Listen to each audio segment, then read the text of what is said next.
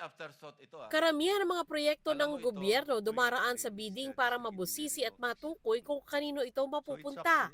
Pero sa bidding pa lang daw, may nagaganap ng dayaan ayon sa kontratistang si At kung Pacifico may flood Curly control man po Discaya noon II ay kadalasan nang po muli siyang drainage humarap line canal kasama ang po asawang si kadalasan. Sarah Nagiging sa proseso pagdinig ng ng pagkuha Senate ng Blue project. Ribbon Committee. Alam na ng mga contractors kung sino ang nakatagdang manalo. Ang nananalo sa bidding-biddingan na ito ay ang mga may kapit sa mga matataas na opisyal. Sakaling may bigla raw magbaba ng bid para manalo bilang lowest calculated bid, ginagawan raw ng paraan ng Bids and Awards Committee o BAC para matalo ito.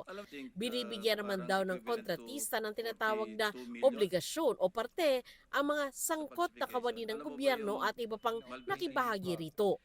Kung hindi raw sila makikisama sa sistemang ito, hindi sila mabibigyan ng proyekto o kaya'y magkakaproblema at mabablocklist. Porsyentuhan din daw ang dahilan kaya overpriced ang mga proyekto. Ayon kay dating DPWH engineer Bryce Hernandez, lahat daw ng proyekto sa nasasakupan niya sa 1st District ng Bulacan ay substandard. Paraan daw ito para magatasan ang pondo. Wala pong tumama kung ano po yung nakaspecify sa plano. Hindi po na-meet lahat yun. At lahat yan may porsyentuhan. Lahat po, Your Honor. Meron ba kayong proyekto na walang porsyentuhan? Na maayos, na matino? Meron ba? Wala po, Your Honor. Hindi ko po masabi yung sa ibang lugar, Your Honor. Ang sinasabi ko po yung sa nasasakupan po namin, wala po talaga, Your Honor. We're investigating flood control. Ngayon inaamin lahat ng proyekto, pati classroom, pati hospital, pati tulay, pati kalsada, lahat substandard. No, that's what you're saying, Bryce, no? Yes po, Your Honor. Maisama ko lang po, yung mga street lights po namin, overpriced po lahat yun. Kalaunan, nilinaw ni Hernandez na under-design daw ang mga proyekto at hindi substandard. Ayon kay Hernandez, pinapalobo rin nila ang porsyento ng proyekto para magkaroon ng perang panglagay sa mga proponent. Ito raw yung over-design. For example po, kung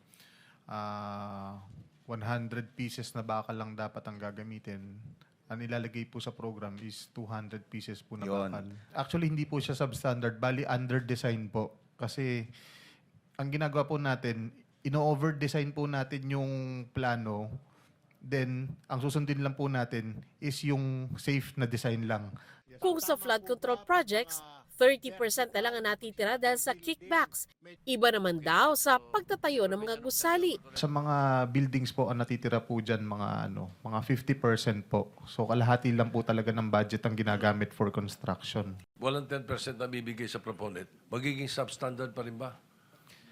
Marami pa pong kinoconsider na expenses, Your Honor, hindi lang po yung sa proponent. Kaya nga, sa DPWH. Yes po, so magiging substandard pa rin po.